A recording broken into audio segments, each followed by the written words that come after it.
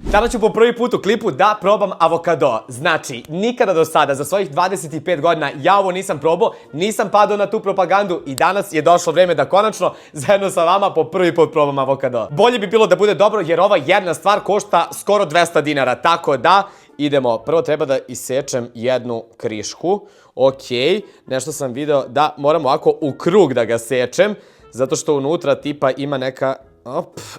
valjda je to to. I sada treba da ga otvorim.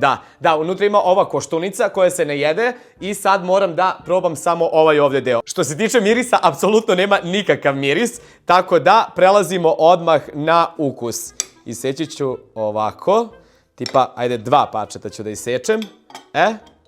Ajde ovo u sredini. Ok, malo je mekano pri kraju, valjda tako treba da bude. I ono što sam video jeste da ga svi posolite. Znači, opa... Toliko bi trebalo da je dovoljno, možda sam ga malo presolio. I ajmo, 3, 2, 1.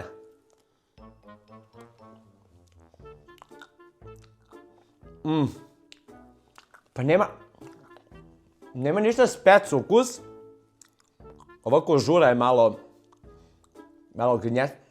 Malo se razvlači ova kožura, ali kao neki slani ratluk. Ili možda belance. Bukvalno ima tako neki random ukus, a nema ni ukus. Ne znam kako da objasnim. Očekivao sam mnogo više. Ovo...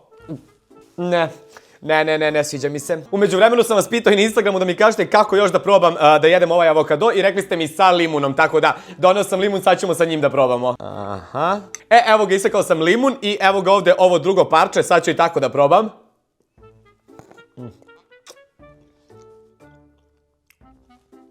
Ok, ima priču.